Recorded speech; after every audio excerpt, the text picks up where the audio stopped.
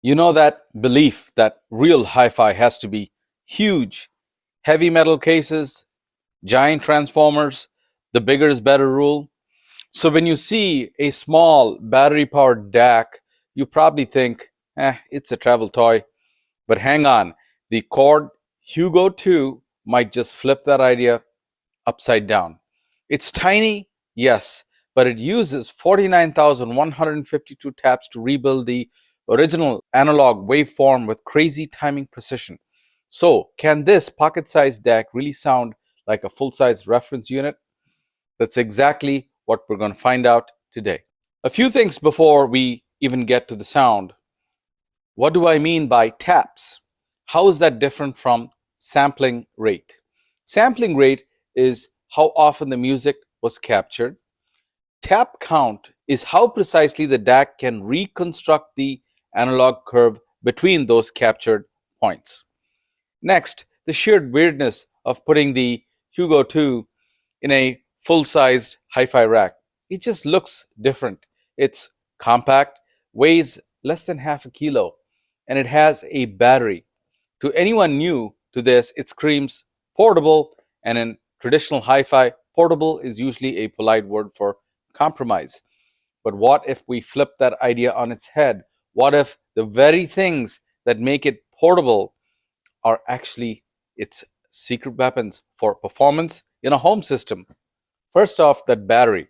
One of the biggest headaches in high-end audio is noise from your wall outlet. Companies spend fortunes on massive power supplies and exotic filters, all trying to isolate the delicate audio circuits from the dirty electricity powering your home. The Hugo 2, when running on its battery, sidesteps that problem almost perfectly. It's electrically disconnected from the grid. There is no AC hum, no ground loop from the power line, no electrical noise from your refrigerator's compressor sneaking into the signal. The dual lithium ion batteries provide a pure, stable DC source that conventional power supplies struggle with when they're not well executed. So, this isn't a compromise, it's an elegant solution to one of audio's oldest problems. And if you want to leave it plugged in, Chord designed an intelligent desktop mode. After 24 hours, the system bypasses the charge cycle to preserve battery health while still providing clean power. So, second, its size. Yes, it's small. The precision machined aluminum case is just over 2 centimeters high, 10 centimeters wide, and 13 centimeters deep. But in digital audio, short signal paths are king. The less distance a signal has to travel, the less chance there is for noise and distortion to creep in. The compact design isn't just for saving space, it's a direct result of Chord's engineering philosophy. The entire architecture is built around Rob Watt's custom coded Xilinx Artix-7 FPGA. FPGA stands for Field Programmable Gate Array. This isn't some off the shelf DAC chip you'd find in dozens of other products. This is a blank slate that Chord programs themselves to run their legendary digital filtering algorithms. The Hugo 2 doesn't need to be big because it's built around a single immensely powerful purpose built core. Now, there are some quirks that will attract complaints. So let's get that out of the way. The connections are a bit unconventional because of its size. The main coax input is a 3.5 millimeter jack, so you'll need an adapter for standard digital coax. The USB input is micro USB, which feels a little dated in a USB-C world, and it lacks the balanced XLR outputs that are common on high-end desktop DACs. This offers only standard RCA outputs. For some, these might be real deal breakers. They see the lack of big professional connectors as a sign that it isn't a serious component. But this is where we have to separate convention from performance. The real question isn't whether the connectors look the part, but whether the device delivers the goods.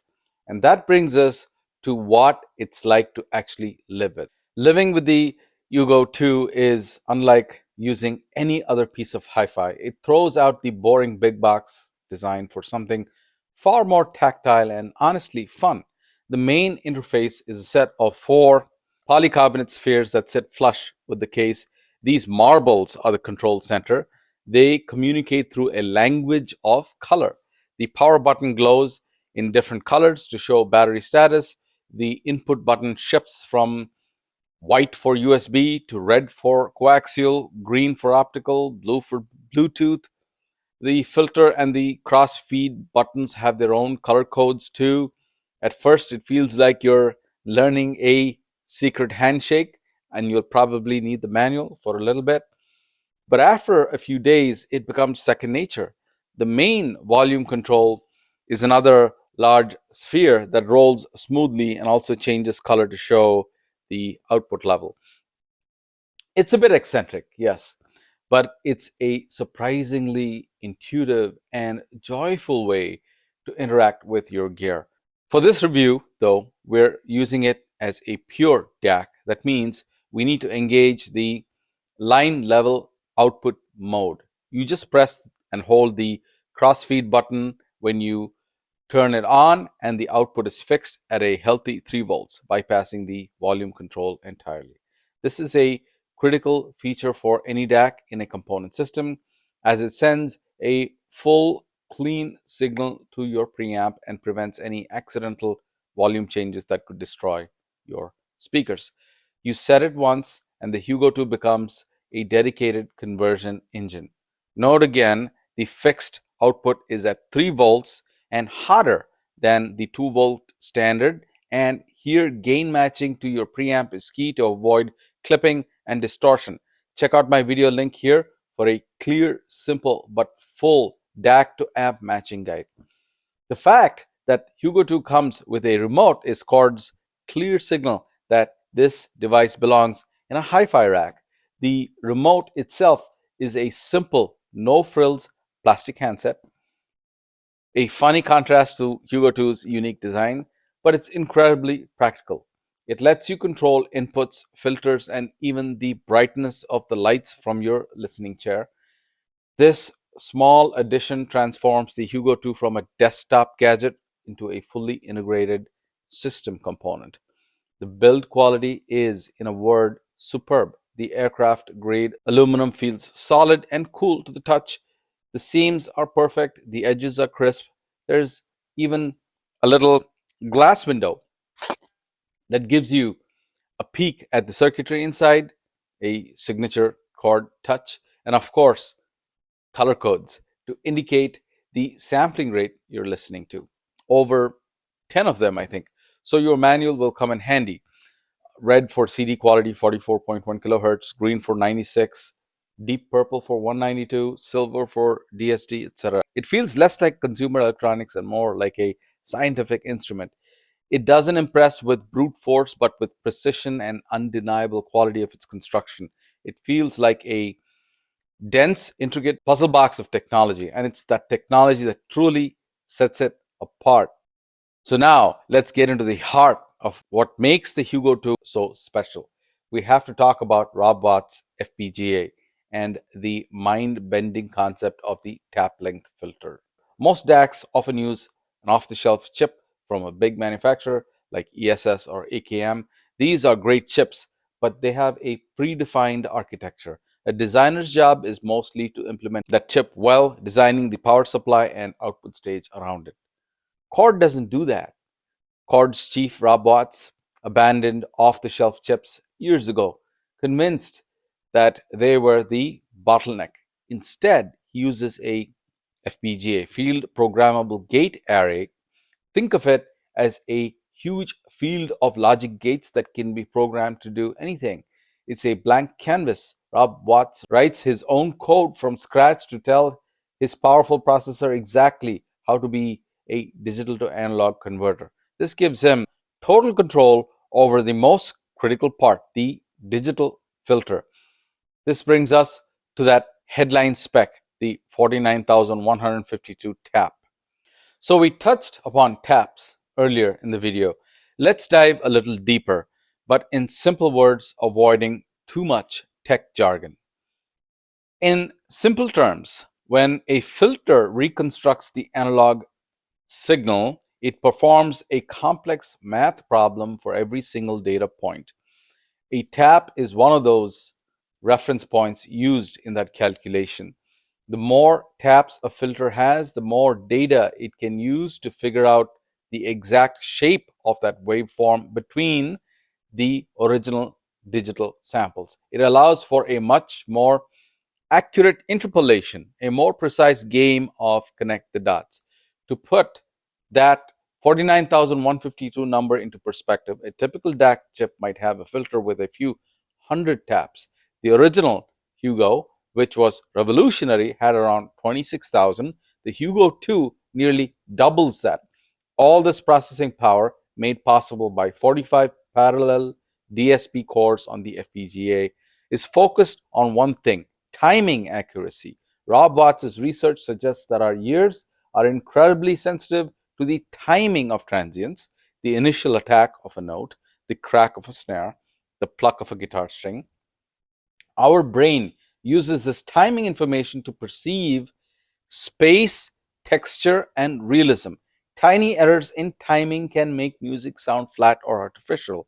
The filter is singularly focused on preserving this transient information perfectly. The huge tap length allows the filter to achieve a timing reconstruction accuracy of just 81 nanoseconds. This obsession with timing is the secret sauce behind the chord sound. The process doesn't even stop there. Internally, the Hugo 2 runs a two-stage process. The first filter upsamples 16 times using 49,152 taps. Then a second stage extends that to 256 times the original rate. The four user selectable filters you see in the menu simply adjust the final tonal balance and high frequency roll off. They don't change the internal sampling, oversampling itself. After all that digital heavy lifting, the signal goes to the analog stage. Here again, the Hugo 2 uses a discrete 10-element pulse array DAC and a Class A output stage. This custom design is engineered to have an incredibly low noise floor and avoiding something called noise floor modulation, where the underlying noise of the DAC subtly changes with the music, creating a sense of hardness or grain. So, what does all this tech talk mean for you? It means the Hugo 2 isn't just another box, it's the physical result of a unique and uncompromising design philosophy. That's exactly what you should hear when you sit down and listen. So, with the Hugo 2 set to line level, getting its signal from a Bluesound Node 2i streamer, and then feeding a musical fidelity M6 pre and Chord T-Toby power amp, which in turn powers my reference 4-pi speakers, the moment of truth arrives. Does all that theory translate to what you can actually hear? My first impression is one of startling, almost unnerving clarity. This isn't a bright or sharp sound. This is a see through clarity. The soundstage isn't just wide, it's a defined three-dimensional space with real air and separation between instruments. This is the first and most obvious trademark of the chord sound, an incredible ability to resolve detail and present it in a coherent holographic space. Now let's talk music examples. Take Bob Seger's Fine Memories from the album Beautiful Loser. The Hugo 2 renders Seger's voice with spine-tingling realism. You can hear the texture of his breath, the rasp as he leans into a line. There is a human warmth and immediacy that feels almost tangible. The way the DAC handles the upper and lower harmonics of the guitar picking and strumming, every string pluck, shimmering with body and decay, shows how effortlessly it captures microdynamic inflection, the tiny shifts that carry emotion. The startling effect is it feels like someone plugged the guitar into an amp in your living room and struck a chord. Then let's switch to Phil Collins' This Must Be Love.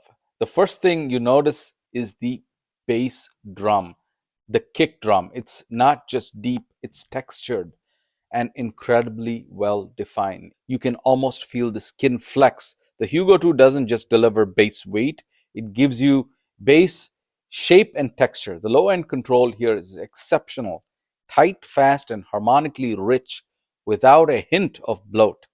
Now, this track, Quantrale by Curtis Fuller from the Blue Note Trip Jazzanova edition compilation. And this is a masterclass in soundstage and spatial layering. The Hugo 2 separates the trombone, cymbals, and right patterns in a three-dimensional space with eerie precision. You can actually feel the air in the recording. The trombone sits forward, the percussion floats behind it, and the room boundaries come alive. It's that reach in and touch it depth that few DACs get right. Spyro Gyra's Autumn of Our Nights. This is where the Hugo 2's rhythmic timing and harmonic fluidity absolutely shine.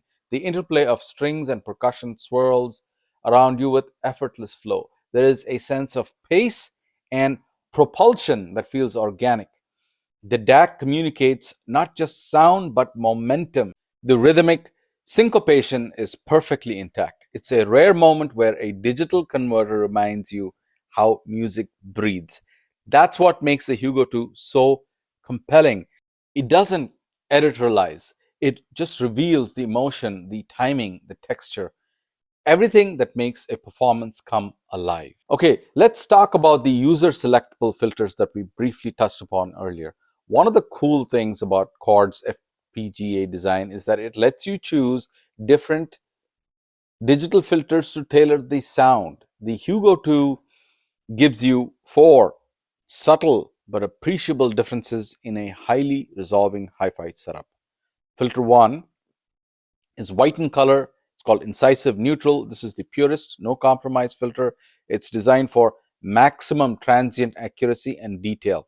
This is the signature chord sound in its most unadulterated form. Incredibly detailed, transparent, and holographic. For critical listening, this is the one. Filter 2 is green, incisive neutral with high frequency roll off. This keeps the timing and detail of the first filter but gently rolls off the highest frequencies. Chord says it's for DST playback, but it can also be great for taming a slightly bright recording without losing the chord speed and detail. Filter 3 is orange, warm. This filter is audibly different. It gives you a slightly softer, warmer presentation. The razor sharp edge of notes is a little more rounded and forgiving. If you find the main filter a bit too intense, this one offers a beautiful alternative that trades that last bit of precision for a richer, weightier tone. Filter 4 is red and it's warm with high frequency roll off. As you'd guess, this combines the warm filter with the high frequency roll off. This is the most relaxed and forgiving of all the filters. Perfect for poorly recorded tracks or for long, non-fatiguing listening sessions. Being able to switch between these from your chair is a powerful tool. You can use incisive neutral for a focused listening session and then switch to warm for a more relaxed vibe later on. It's like having 4 slightly different DACs in one box. Before we talk a bit more about connectivity and integration, I just want to say that I love going deep into the tech and the philosophy of gear like this. If that's the kind of analysis you're looking for, now would be a good time to like, share the video, and subscribe to my channel. Also, check out the link above. It's a guide to DAC filters. So back to this Hugo 2. It offers 4 digital inputs: optical, coax, USB, and aptX Bluetooth. The optical Toslink input handles signals up to 24-bit 96, while the coax input goes up to 32 384. The USB input is the most capable, supporting PCM all the way up to 32 768 and native DSD up to DSD 512. This means that no matter how high resolution your music files are, the Hugo 2 can handle them. In my testing, the Hugo 2 sounded remarkably consistent across its wired inputs, but it was also apparent enough to show the character of the source feeding it. The difference between a basic laptop USB output and a dedicated low noise music streamer was clearly audible. While the USB input offers the highest potential performance, it can be sensitive to noise from a computer. For best results in a high end system, a quality streamer or a USB detox device is a good idea. Again, a caution on the max line level output fixed at 3 volts is a little hotter than the 2-volt standard, which just means you might use a slightly lower range on your amp's volume dial. The output stage itself has an extremely low output impedance, which ensures it can drive any amplifier and any reasonable length of cable without changing its character. It's just textbook robust engineering. So at a price of around 2200 USD, the Hugo 2 faces a lot of competition from DACs in general. So is it worth for a home hi-fi use when you're also paying for a headphone amp and a battery you might not use? Compared to some rivals, it might lack features like balanced XLR outputs, but I firmly believe it outperforms many of them sonically. Its combination of breathtaking detail, holographic imaging, and rhythmic drive is something very few DACs at any price can match. That incisive neutral sound is truly reference grade. This is my subjective opinion. In my system, I prefer the Chord Hugo 2 to the internal DAC that I use as a standalone in my Yamaha CD 2100 SACD player, and that's a $3,000 unit. I have also heard the RME ADI 2 DAC, the topping D900 in my system, and to me they sound a bit clinical without the emotive textural experience that the Hugo 2 delivers.